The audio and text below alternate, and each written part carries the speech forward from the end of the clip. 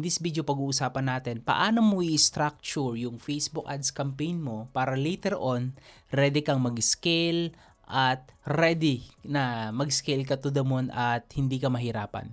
So yung system na to, paano ko ginagawa na mas optimize, mas organize at scalable friendly yung campaign natin is ituturo ko ngayon dito sa ating video. So makikita mo dito sa screen, let me show you how I structure my ad campaign, no? Dito makikita mo sa screen, no, is the reason bakit importante, no? Unahin muna natin. Ano ba yung reason bakit importante na dapat structured yung ads manager mo or structure matters, no? So, pagdating kasi sa ads manager, no, mahirap siyang basahin kung hindi mo naiintindihan yung mga ads na nandun. And most of the time, kapag gumagawa tayo ng mga ads, di ba, is create new campaign, new engaging campaign, new engaging ad set. So, hindi natin na nalalagyan ng proper naming, proper instructions, or proper flow yung ads manager natin. So, nahihirapan tayo na mag-decision and sobrang gulo niya. Okay? So, ang goal ng video na to is mabigay ko sa'yo eksakto step by step ano yung gagawin mo kapag mag-run ka na ng ads. Pwede sa ito kahit meron kang malaking budget or nagsisimula ka pa lang from the small budget, walang problema, no? Magagamit mo yung structure na to. Okay. So, bago tayo pumunta doon sa step by step, no? So, mabilisan lang na recap. Ano ba yung Facebook ads na nilalaman ng Facebook ads? So, si Facebook ads, every time you create a Facebook ads, nagkakaroon niya ng campaign, ad set, and ad. So, meron siyang tatlong level. So, una yung campaign is, ito yung tinatawag na objective. Makikita mo dito sa screen, ito po yung tinatawag na objective. Ano ba yung objective mo dun sa ads mo? Ayan, kung gusto mo ng benta, most of the time, sales ang pinipili natin kasi gusto natin ng immediate na sales or benta dun sa ad natin. Kung leads naman ang preferred mo, meron tayong lead objective. Yan, meron din traffic papunta sa website, engagement campaign, and yung iba dito hindi ko na nilagay, pero most of the time ito po yung ginagamit na madalas dito sa campaign level. Sa baba, makikita mo dito sa ad set, no, sa middle, sino naman yung tina-target natin. And alam mo ba yung maganda ngayon, no, kahit hindi mo na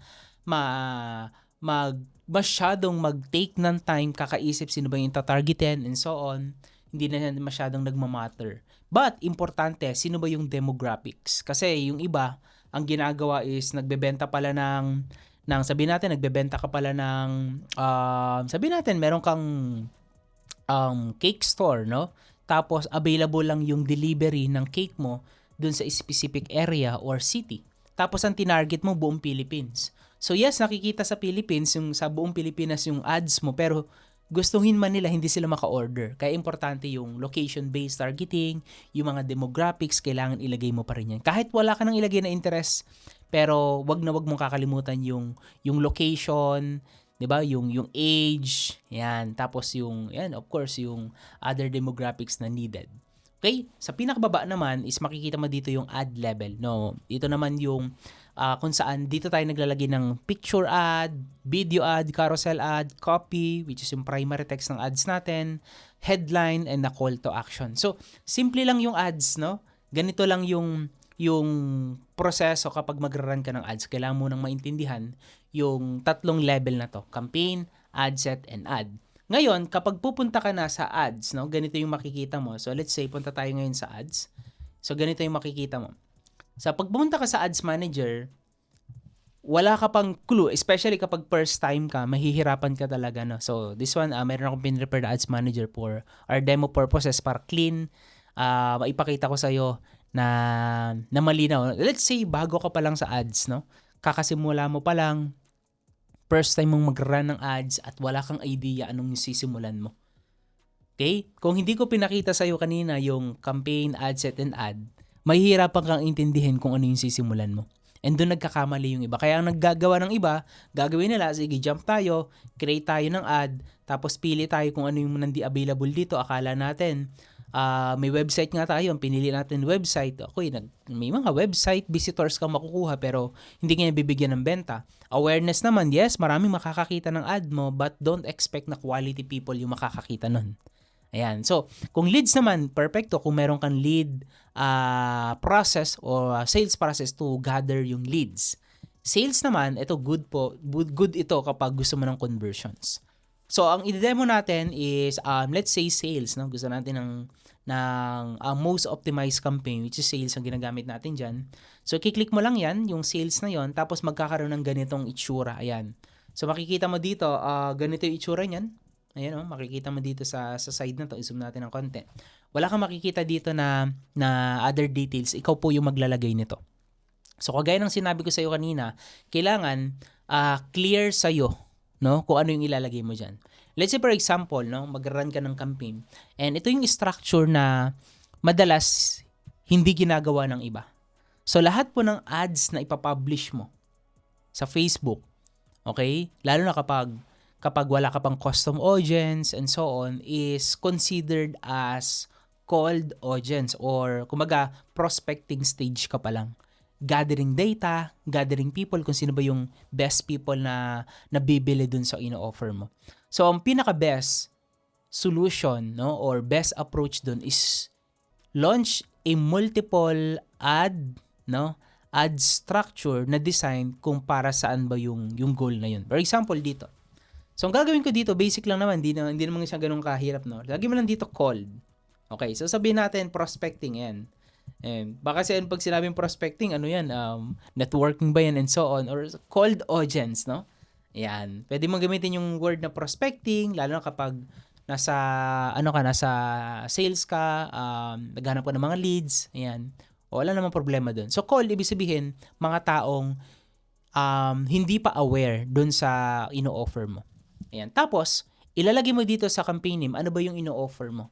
If you're offering a services, lagay mo kung anong services yan. Kung meron kang multiple company, ilagay mo yung ano ba yung company mo dito. Example, lagay na lang natin dito ads, okay, agency. Ayan. So, pwedeng ganito. Cold audience, ads agency. Okay? Kung yung company mo, ilagay mo lang yung company name or ilagay mo yung pinaka-offer na binebenta mo. Ayan, or services na meron ka. Ayan. So, pwedeng ganun po yung gawin mo. Ayan. So, at least may idea ka na, no? So, basic lang. Ganito lang yung gagawin mo. Ayan. Tapos, pupunta ka dito mamaya na natin puntahan yung mga other technical details, no? Punta muna tayo dito sa middle. So, dito naman sa middle, dito mo naman ilalagay yung tinatawag na ad set. Ayan. So, since cold audience yung target mo, so lagay mo lang dito is cold audience. Ayan. Tapos, ilagay mo lang dito is, sabihin natin, Philippines, PH. Ayan. Kung mag-set ka ng age bracket, ilagay mo 25 to 65 and so on, or example, 30 to 65. Ayan. Basically, ganun lang yung kasimple, no? Tapos, dito mo na ilalagay naman ngayon yung sa baba, yung pinaka-add. So palitan natin to ng page, no? Sige, palitan natin. Itong page kasi na to is hindi ko na siya ginagamit. So, anyway, later on na lang natin palitan. So, ayan, yung page na to is, hindi na siya. Disregard na lang natin. So, dito, sabihin natin, ilagay natin dito is add number 1, underscore, okay, image. Okay? Image. Ayan. So, bakit or photo? Ayan, photo ad. Pwede mo sabihin yung photo ad. Photo ad. Ayan. Ad number 1, photo ad. Okay? Ibig sabihin, kung meron kang video ad, ilagay mo yung video ad mo para malinaw sa yun. Or, ilagay mo specific kung ano yung title ng ad na yun. Okay? So, ang gagawin mo dito, by the way, palitan lang natin yung page, no, para hindi siya lumabas itong page na to. Ayan. Okay, here we go. Yan, okay na. Ilagay ko na lang yung isang page ko for this example, no. So, makikita mo dito, ganito yung itsura niyan. Tapos, kung gagawa ka pa ng mga other, i-duplicate mo yan, so, dagdagan mo na lang, no. Yan. Okay na siya. Yan. So, ganito yung ganito yung magiging structure niya. So, cold audience, cold PH 30 to 65, tapos ad number 1. Kung magdadagdag ka pa ng ad, lagyan mo lang ng ad number 2. Usually kasi ako kapag nag-launch ako ng ad, is I make sure na merong multiple ad dito, no? Dinoduplicate ko yung ad na to. So ganun po yung ginagawa ko. Ayan. So meron ka na ngayon, pag pupunta tayo dito ngayon, ayan, makikita mo dito sa campaign. Ayan. Called Ads Agency. Ayan. Tapos sa loob niyan makikita mo yung called, Philippines yung target, age, tapos anong ad. So hindi ka na ngayon mahihirapan kung para saan ba yung campaign mo na to. Ayan, called audience. Ngayon, coach, paano naman kapag sabihin natin, yung tatargeting ko naman yung mga nakakita na. Ayan. So, gagawin mo, magkikreate ka ng another campaign or you can duplicate ito. So, ako gagawin ko, ikikreate ako ng bago. Tapos, papangalanan ko naman siya ng, ayan. So, dito, papangalanan mo naman yan ng sabihin natin warm. Ayan. Ads Agency. So, tapos, ganun lang din. Ulitin natin yung process kanina. Ilalagay mo lang dito. Warm. Okay. Nilagyan natin PH. Tapos, 25 to 65. By the way, yung way ng paglalagay ko, yung warm, yung cold, you can change it basta maiintindihan mo kung ano yung ibig sabihin nun. Ayan. So, pwede kasing yung warm na yan para sa'yo is mga taong, ako sa gets ko na kapag warm audience, sa inyo mga taong nakakita na ng page or pwedeng nag-engage na dun sa page or pwedeng mga nanood na ng video. So, meron po kasing ganun si Facebook, no? So, basta ang goal is malaman mo kung sino yung audience na yun na kinausap mo, no? Gusto mong pakitahan ng ad. Tapos dito, ganun din. Lagyan mo lang din ng ad number 1. Okay, let's say dito naman sa warm audience mo, video ang ginamit mo. So, video ang ipapakita mo dito. Ayan. Okay, so palitan natin ng page. Ayan. So, ayan. So, ganun. Ganun lang kasimple. So, balik tayo dito ngayon. Punta tayo sa campaign. Makikita mo dito meron ng cold, warm, cold, warm. So, next is, kapag gusto mo nang mag-scale, ayan, I make sure na hindi ko sinasama yung scaling ko na campaign dito sa existing.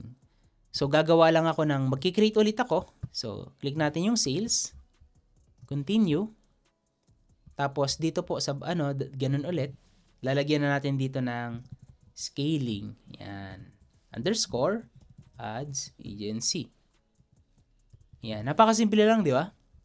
Tapos dito, make sure na kilala mo na. Example dito, ang ita-target mo na dito ngayon yung mga taong, sabihin natin meron kang website, pumunta dun sa website. Or just in case wala ka pang website, mga taong nakanood ng video, 95% ng video mo. Example, video views, pwede mong i-shortcut kung gusto mo.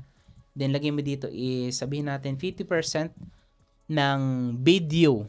Okay? 50% ng lahat ng video dun sa specific page mo is napanood na. Okay? So, retargeting na yun. Kung website visits naman, lagay mo website visits. Visits. Ayan. So, pwede mo ilagay dito. By the way, pwede ka rin mag-create ng multiple ad set, no? Pero kung visitors, ayan. Tapos, lagay mo lang dito, lagay na lang natin 180 days kasi yun. Let's say, lagay natin dito is 60 days. Ayan. Ganyan lang. So, alam mo na yung visitors, all web visitors na pumunta sa website mo in the last 60 days. So, sineset up naman po yun sa custom audience, so, yung ganong strategy. Tapos dito, ganun din. Ayan, lagay ka lang din dito. Disregard na lang natin yung page na yun, no? na hindi na ginagamit. So, dito naman, ang lalagay natin, since scaling na siya, add. Okay, add number 1. Okay, scaling. Tapos, lagyan mo dito ng video ba siya? Okay, photo ba siya? So, ang goal is ganito yan. Para siyang reference na kung saan yung reference mo na yun, hindi dapat magkakapare-parehas. So, syempre, later on, mag-launch ka na ng multiple ads dito sa ads manager mo. So, kailangan ang goal mo is magkakaroon ka ng mga additional references. Kasi, pwedeng magamit mo ulit ito. So, parehas na yung lalabas later on. So, example, add scaling video, tapos ilagay mo na yung offer. Yan, example dito. Add, okay, agency. Yan. So, ngayon, since unique yung ad agency mo na to sa isa ads manager mo, kahit i-search mo pa yung scaling ad, ano na siya, siya na lang yun, okay? Wala na siyang kamuka, okay? Hindi naman magmamatter kahit magkaparehas, pero maganda lang na sa reporting mo, kapag ni-research mo yung mga ad mo, madali mong ma-identify na unique siya. So, balik tayo dito sa ngayon. Ayan, makikita mo dito sa structure natin. Yan, punta tayo sa campaign. Basic lang. Ayan, nakita mo ngayon dito. So, dito meron ka ng cold, warm, and scaling. So, pag mag-run ka ng ads, pag mag-run ba ako ng ads, kailangan sabay-sabay ko na itong ilo-launch kaagad. Sabay-sabay ba dapat na nakapublish na lahat ito? Okay? So, to answer, kung yun yung tanong mo, pwedeng yes or pwedeng hindi. Yes, kung gusto mong ma-maximize yung lahat ng pupunta o lahat ng makakakita ng ad mo from cold audience. Okay? So, maganda kasi kapag nag-a-ads ka na, okay, makikita nila yung warm ads mo, yung warm level mo, okay, yung ads mo para sa mga taong nag-engage na pwedeng sa page mo. Kumbaga, it's like a retargeting pero sabihin natin parang gano'n na siya, no? Na nire-remind mo ulit sila or pinapabalik mo ulit sila dun sa offer mo. Okay? And scaling is different, no? Scaling kasi is kapag meron ka ng winning ad. Okay, scaling is different from retargeting, okay? Scaling is kapag meron ka ng winning ad, ang ginagawa mo is ini-scale mo na yan to the highest level ng budget mo. For example, ang cold audience budget mo dito, nag-budget ka ng 1K. Ayan, 1K dito. Let's say, babaan pa natin, 500. Tapos dito sa warm, 500 din. So, meron ng 1,000 in total. So, dito sa scaling, ikaw na yung magsiset nito. So, dapat mas mataas na siya dun sa budget mo. And ilalagay mo lang sa scaling, ilan mo lang yung scaling ad mo kapag na-identify mo na sino yung winning based dito. Ayan, sa cold audience. Hindi sa warm audience, no? Ayan. Ayan. Pwede ka mag-decide sa warm audience, but ako kumukuha ko ng i-scale dito sa cold audience kasi ito yung reason. Sa cold audience po, dito, ang tina-target natin dyan is hindi naman mga custom audience na. So, kaya kukuha ka ng winning ads mo, okay, at ililipat mo yan dito sa scaling ad at dun mo na iaalat yung budget. But still, broad audience pa rin yan. Okay? Tapos ngayon, ang gagawin ni Warm, ayan, yung warm campaign is siya naman yung mag-nurture. Siya naman yung magre-retarget. Ayan, para hanggang mag-convert siya.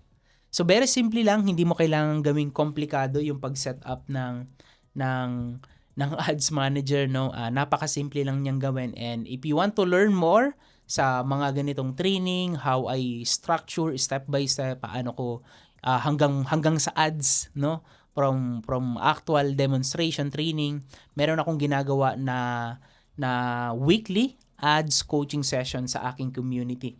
So if you want to learn more, pwede kang pumunta sa website ko. You can go to mediabuyerph.com. Ayan. So ipakita ko sa iyo yung website. So let me check. Login lang ako sa website. mediabuyerph.com. Correct. Yun yung website. So pag nasa website ka na, ganito yung makikita mo. Ayan. So login tayo. Here we go. Ayan.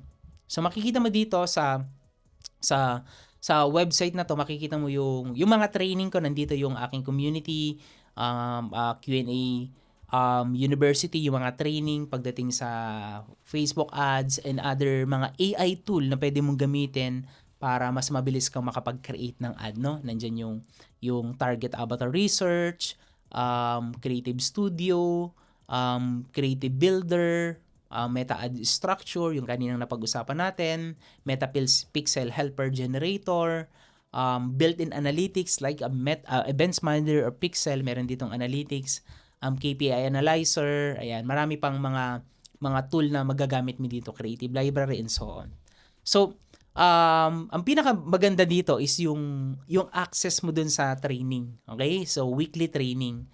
So, kagaya nga ng sinabi ko sa iyo kanina, meron akong weekly training session sa mga Media Buyer Pro members na nandito sa aking community. So, if you want to learn more, punta ka lang sa website ng mediabuyerph.com and makikita mo itong website na to. Ang click mo lang yung ito ay subscribe or sign in. So, pili ka lang dito, ayan. Tapos nandito yung lahat na makukuha mo. Click mo lang yan, tapos sign in ka, okay? Create an account, and so, syempre, sign up, create an account, register your name, and email para makapasok ka dun sa loob and makita mo kung paano mo ma-activate yung account mo and makasama ka sa weekly coaching session na ginagawa ko sa aking community. So, siyempre yung coaching session in is next level is different level of training na binibigay ko lang dito sa YouTube ko. So, if you want to learn more, yun yung pinaka-best recommendation na maibibigay ko sa best community and training support na maibibigay ko sa iyo if you want to level up your skills pagdating sa meta ads. Okay?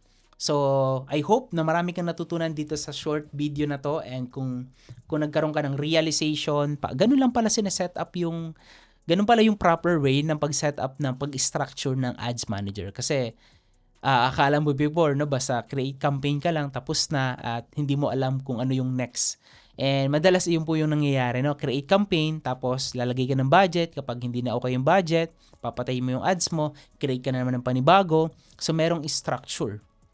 Meron pang proper structure. Yun yung pinaka-initial na dapat matutunan mo yung shinare ko kanina. Alright, so thank you so much for watching this video. God bless sa'yo and more power sa business mo.